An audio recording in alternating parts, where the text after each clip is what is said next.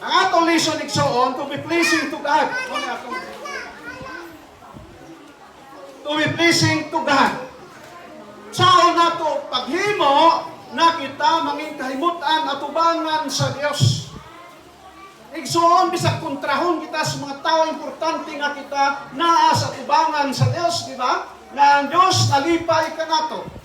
Sa biyaging Sabado hangtod karon mao ra gihapon ang punto sa ato nga leksyon.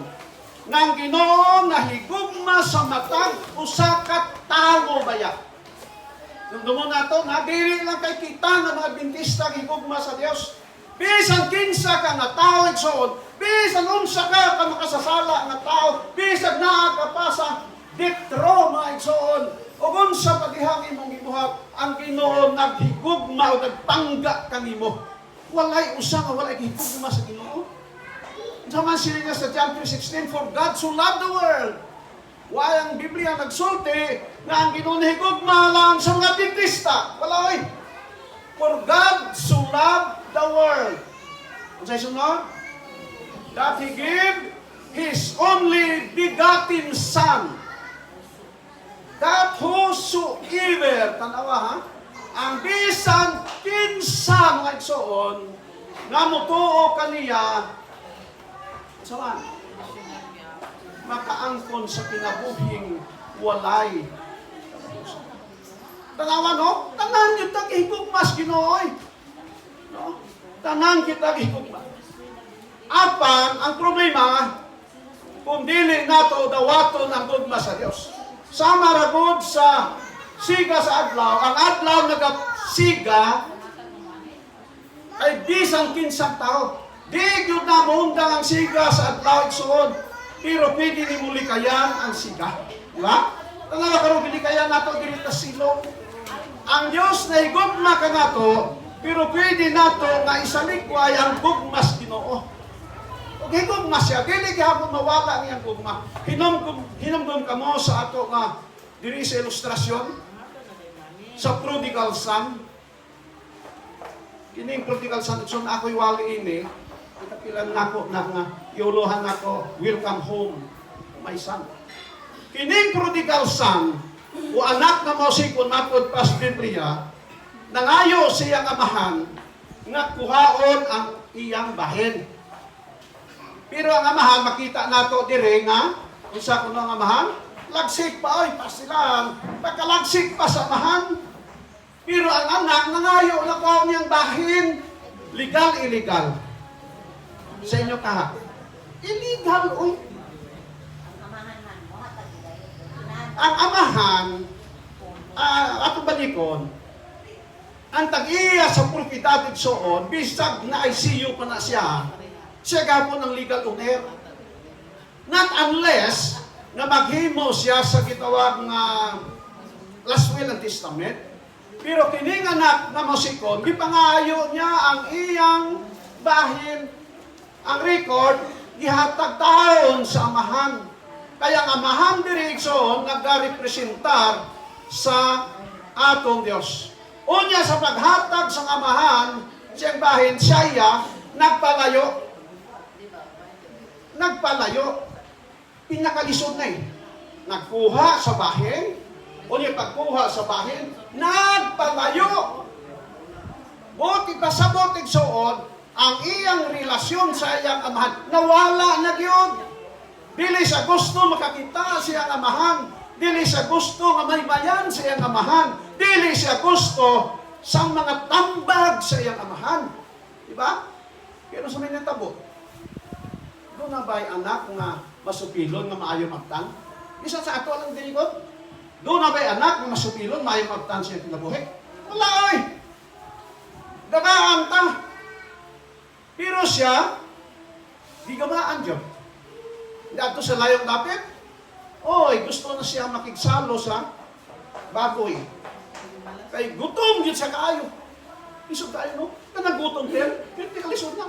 Kung nagibuhat si Israel to sa kasa, bilis na pakanom. Diba? Isog tayong gutom, para mo surinder lang yun.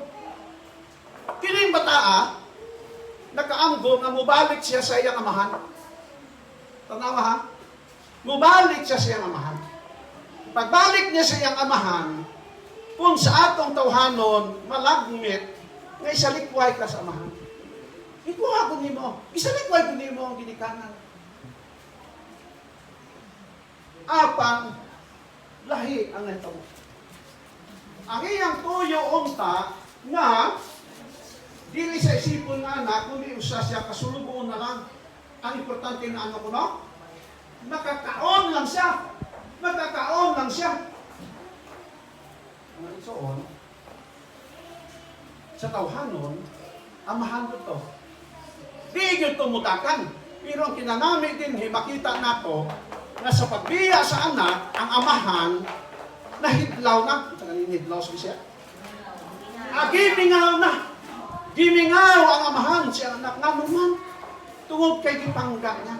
Bisan unsa ka masupilon ang anak, tungod kay anak, ang amahan gimingaw ka na to. Igsuon ang atong Diyos, gimingaw ka na to. Tanang panahon, bisa nga di ta musulod simbahan, usahay, kundi taharanahan, di tumadto simbahan, ang amahan gimingaw na. Gimingaw na to.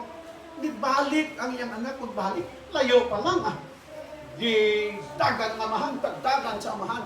Mga batod pa din, himurag, dili maunta. Pero sa tawhanon, pero alang sa Dios kana siya, maoy pagpakita sa iyang gugmang walay pinutuman.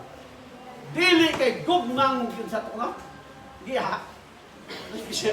Gugmang giha. Dili oy. Kung sa inilungko pang kanta, tunto nga gugma. Pero sa Dios, God loves us, sa ito niya rin freely. Meaning, walay kinutuban. Bisag sa panahon na silutan ng tao, ang Diyos na higugman nila. Apang anong gisilutan tungod kay wala nila dawata ang gugma sa Diyos. Matod pa din sa ato kalison, ang langit na lipay sa panahon nga ikaw at ako magabalik sa Diyos. Malipay ba? Una nga ang uban. No? Sa una naglimang mi. Nagabot ang baptizing ministry. Di ko may sulti ninyo. Nagsismis na po ko. Pakita ko na ibuok palimutan. Na doon na kami district leader na ambot na kami. I-distragan putot ko sa kapringke ko to. Director gyapon to sa isimyung kami. Ingon sa baptizing minister. Pila tanag inyo bautismohan. Oo na iyan tingaw. Sunod-sundogon ko lang, pero dito ikuan natin sa susunod. Pila tanag inyo bautismo. Sa district leader, taglay mo. Yung ko pito. Ang isa, doon kami. Unom. Pastor, 3 tanan. 3 Parang di conforming 3 ba? O niya, taon-taon na yung nangabot. 5 kabot. Ni pastor na yung natugang 5 kabot. Ingon niya, mga bata mo na. 13 plus 5 tsutso. Di ba yung malipay mga iso na. Ano man? Kaya ang giisip nila, quantity, dili quality. Pero ang Ginoo, bisag isa na lang ko, no, ang maghinusol o niya mubalik sa sabakan sa Diyos, sa inyo tabo, doon ay dakong kinalipay sa ningharian sa mga langit. Sa ato sa direktor, kung gamay lang. Doon na po yung sa nato ka-direktor. Mr. Leader na mo. Niyadtong panahon itsoon, walin takip nung doon ka mo, 1990 sa to. Pag-agi sa amo, sa taga-union. Di po na ko iba. Ingon niya, pila inyo bautismohanan, tubag sa akong upan.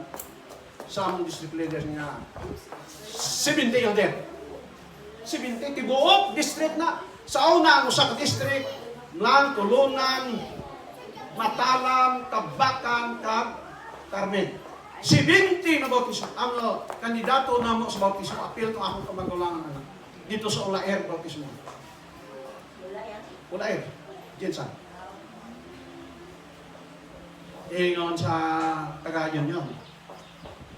70 lang.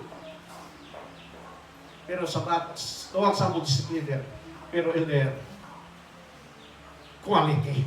Ano dili? Ingon niya, asset. Dili liability. Kaya ang gitanaw na amay taga dito dapit, dito sa South, na ang ilang report sa ilang bautismuhanan, 400. Grabe ko.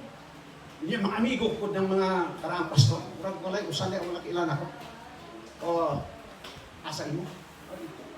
Tanang misyon, di pa na mauba. Dito sa Pagli, paadto na ako dito, ang tanang nitibo nga nagamama pa mo ay gitalas. 400! Ang amo, si Tinta, murag di pa man. Pero ang langit, igsoon, nalipay, bisan, usa na lang katawo ang maghinulsod o magdawat sa kamatuoran mo may atong Diyos mga igsoon. Mo nay atong Diyos. Kay ngano man matud pa sa Roma kapitulo 5 versikulo 8, sang makasasala pa kita si Kristo napatay sa ato. Kano sa si Kristo napatay? Sa diha nga kita nagtarong nga klase ka mga tao, dili ay. Imo mabasa din sa makasasala pa kita.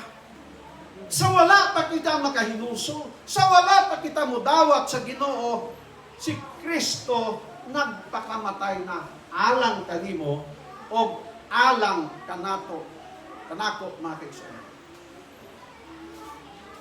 Ang Roma nagasultig hapon sa 8 versikulo 1.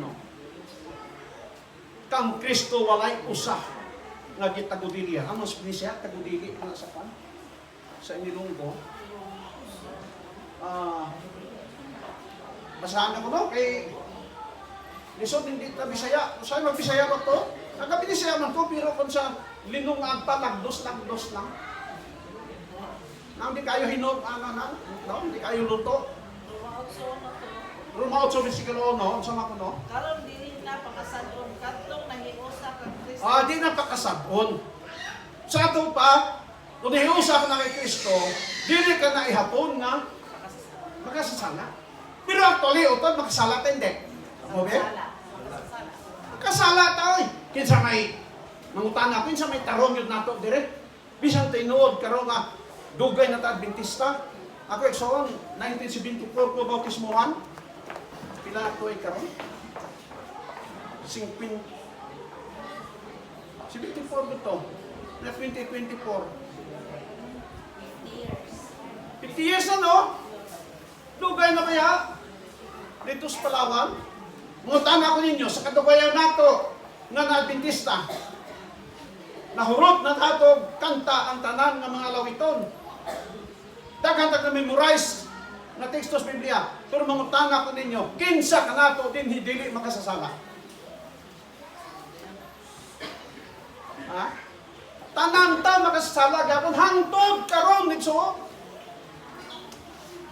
Hangtod karon mga makasasala lang gihapon ta. Pero pasalamat ta nga dunay Dios nga nahigugma ka nato sa pikas bahin nga kita mga makasasala. O giisip kita sa Dios nga unsa kuno kita nga mga matarong. Giisip ta sa Dios matarong, pero sa tinuod lang step, dili ta gyud matarong. Nganong nahimo man ta matarong? Tungod kay Kristo, Jesus. Nakabasa kamo sa kasaysayan ni Josue. Si Josue gipakita sa Dios ngadto kang Zacarias nga giakusahan sa Yawa. Kinsa man to si Josue? High priest isoon. Kung sa ato pagkaron General Conference President, nagpakita sa manulunda sa Dios dito kay Zacarias kapatita. Perting hugawan ni Josue. Hunaw ni mo na ha? High priest sa ato pa General Conference President, pinakataas nato God. Pero bisan unsa pa atong rangko sa buhat sa Dios, tanan kita makasasala. Di yun nato na ikalimot. Si Josue hilabihan higua rayon. Unya matod pas sa Yawa, tanawa na si Josue ninyo. High priest, nanong anak man na siya. May trabaho siya ako, tanawa ng inyong tigulang sa iglesia. Nganong dalok man na kayo. Tanawa ng inyong district leader. Unsa man ang ilang tibuhan. Tanawa ng inyong union president. Tanawan ninyong diakono. Ano man ba? Unya, nakareklamo si Sakres, wala eh. Tinuod man yun. Tinuod sa tanan. Tanan kita makasala, apan kung sa may gibuh, sa may sultis, manulunda sa Diyos. Iyon sa manulunda sa Diyos, ngadto sa usa, sulobi, o mahinlo na bisti si Josue. Uy, ang iyang bayo, ayang salina nga hugaw, iubag hinluan sa bisti nga hinlo. O niya si Josue perti nang hinluan yun. Sa ato pa, natarong si Josue. Hindi tungod kay sa tarong yun na pagkatao. Nahimo siyang matarong tungod kay siya gisuloban sa bistis pagtamatarong sa Ginoo. Igsuon, mao ka na ato kasama. Christ righteousness. Unya sa mata sa Diyos, bisan ikaw, bisan ako, bisan kita tanan, diri mahugaw. Pero hinlo, palistihan ta sa Ginoo sa bistis pagtamatarong. Unsa na ta kuno? In the sight of God, matarong na kita yan. Isuluban ng gudta. Kung walay bisti nga isulod ang Ginoo sa matag o sa kanato, igsuon, wa yoy maluwas. Sa isa na lang kanato, kanang atong paningkamot, di yun na, kaluwas kanato. Kulang. Only Christ righteousness ang makahimo kanato nga mahimo. Nang kinahimo na tang mahimo sa Dios, matod pa dis katapusan ng Desire of AD 668. The Lord is disappointed when His people place a low estimate upon themselves. Ang Ginoo kuno matod pa mag-disappoint kung aton tanawon na aton kaugalingon nga mubo kaayo. Dito tanawon aton kaugalingon igsuon nga mubo. Tanawon tanga kita taas. Tungod kay do na kita Diyos. He desires His choosing heritage to value themselves according to the price He has placed upon them. Amo nang atong naon. Ang atong value igsoon, dili kay 5 ka milyon. Sa pagkakaroon to ng litan, no? Kung nabanggaan ka, kung professional ka, pilihatag nila. Balaod sa tao nga. 200,000 ka ng litan, 500,000. Pero kung tapers ka lang, out 50,000. Katagni mo. Pero kita kay katawhan sa Dios matod pa sa Biblia, walay presyo alang kanato. Tungod ka walay presyo alang kanato igsuon, di po nato presyohan ng Ginoo. Sa presyohan ng Ginoo nga, Ginoo sayang makayo ni. Sundahan ko 500 karon sa bato, trabaho na ko Ginoo. Uy, 500 less will do nimo. Mo trabaho ka na, naunsa ka ba? Nga atong presyo tubangan sa Dios igsuon hilabihang dakwa. Hinungdan nga no nga gipadala niya ang iyang anak nga maoy labing expensive kaayong gasto sa Ginoo sa matag usa nato. Pilay bilisan. Walay bili igsuon. Dili nimo mapresyuhan ang usa ka supreme being nga nagpakatawo o niya namatay sa Kalbaryo sa krus tungod lang nato pagkagamay sa atong universo igsuon. Ang Diyos na matahin ako, ang atong kalibutan di ay. Insagyot ta. Unsagyot ta. O sahay tanaw-tanaw ta sa espiho. Sa may atong mga nawong. Nga nung ang Diyos na pakamatay, alam nato. Muna'y atong dapat unang naon. Aron nga ang Diyos malipay ka nato. Matod pa, but to pray in Christ's name means much.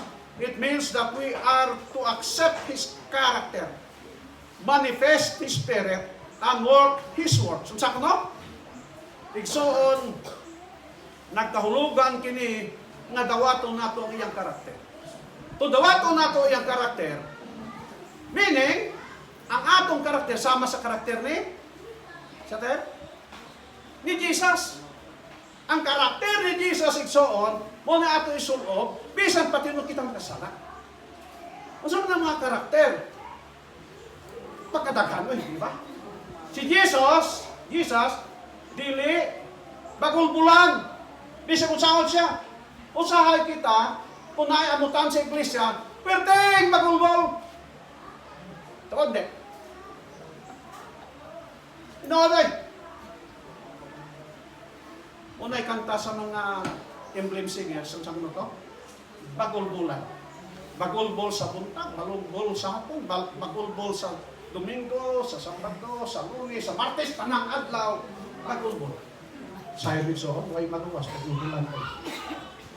Tagaan o promosyonal, bagulbol. Kaya na, doon ko sa superintendent, inang survey, dala-dala ka para nga di ka mahadlok sa tao. Nakatindog mo. Praise the Lord. Ano ba? Sino yung padre? And work His works. Sa may trabaho ni Jesus. To spread the gospel. Ano ang trabaho ni Jesus? So, dili ingnon nga tigulang na tahi na tamo to spread the gospel. O hinungdan nga no nga nakunahuna ko mag-intra sa social media sa YouTube channel. So, karon malipay na ko na pagbukas nila sa TV, pagkuhan sa YouTube, na ako. Napay pulang so. Maghimo pa ko gwali may tungod sa minatay. Kaingnan ko ang ako mga anak, kung ako mamatay, sa simbahan ng pilutan. Onya, butang at telebisyon, onya, i-click lang na ang bangkay nga naagyan o gawalis. Ayun din. Unahuna man na, sa pastor yan, kung hambag mo na, matod pan pastor Basilis ko, Brad, maayo ka ng imo ba? Himuon po na ako na, kung ako mamatay, ako'y walis sa akong bangkay, himuha ka na. Sa YouTube natin iputan. Pwede no? Di na ta maglibog, kinsa akong imbitaron. Kaya sa'yo malibog ka, na minatay, kinsa akong imbitaron, magwali ka ron. Pero kung ikaw na nga naghimog wali, pagpatay mo, i-click lang sa YouTube, makita sa television, ang audience rin naminaw sa wali, sa patay. Di ba? Lain-lain na lang. Lain-lain mo na po. Karoon na daw, lahi nga walis. Kaya na ako kitang hawali, 59 na ka-videos na diha. Ikasisinta ni Karon, soon. Lahion na po na to. Akong pamilya mo, klik diha. Lain-lahin wali. Di ba no? Patay na ta, magawali. Marami gihapon. Muna soon, kaya mo ba mag-istorya ka ni patay na hadlok? Kinsa di mamatay na to. Tanan ta mo matay, so preparahan ng imong kamatayon. Pagwalin ako dito sa may Minatyan dito sa poblasyon Iko kinsa kaninyo mo sunod. Kagin, wayoy. Adoy nabayaw silang kamot. Di ay sa ilang mga bag, ang sunod sa mga bag sa mga babae, maintenance. Ay mahadlok, mamatay. Pero mamatay kita. Musugot ang dili. Muna ato lesson, matod pa niya dire, true obedience comes from the heart. Kinahanglan ta magmatinumanon sa Ginoo o ang kabaturan o ang tinuod nga pagkamatinumanon gikan gyud sa ato nga kasing-kasing. Ang Diyos malipay kanang naagyod sa ato kasing-kasing dili kay kanang nagsunod ka lang pero ang imong kasing-kasing nagbungkot.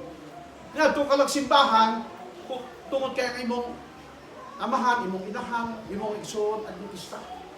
Pero sunod sa imong kasing-kasing wa kay kabalatan ni adto kang simbahan. Kung anak man lang galing igsoon, sayang ato pagsunod simbahan. Kinahanglan mo adto ta diri sa simbahan, kinasing-kasing na kita nalipay na naata sa simbahan. Mao gani nagsuon nga mosulod ka simbahan sa greetings. Happy Sabbath, turnod mo. Dili, malipayon gyud ta nga nag-adto simbahan kay Sabado karon igsuon. Munay atong bation nga doon na tay kalipay kay naa na ta sa sunod sa simbahan. Mao ka na ang makahatag og kalipay pod sa Dios. Nga kita malipayon pod.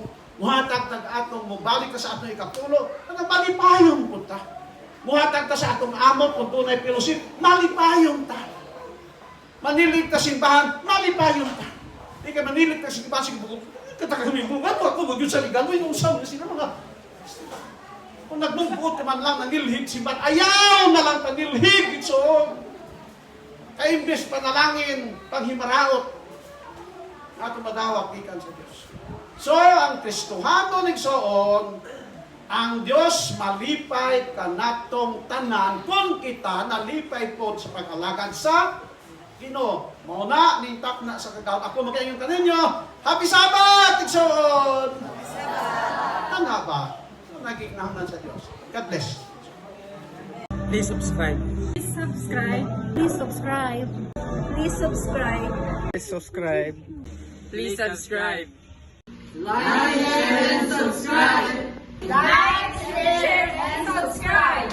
Please like, share, and comment because we value your opinion. And please click the notification bell below so you'll get updated with our latest video.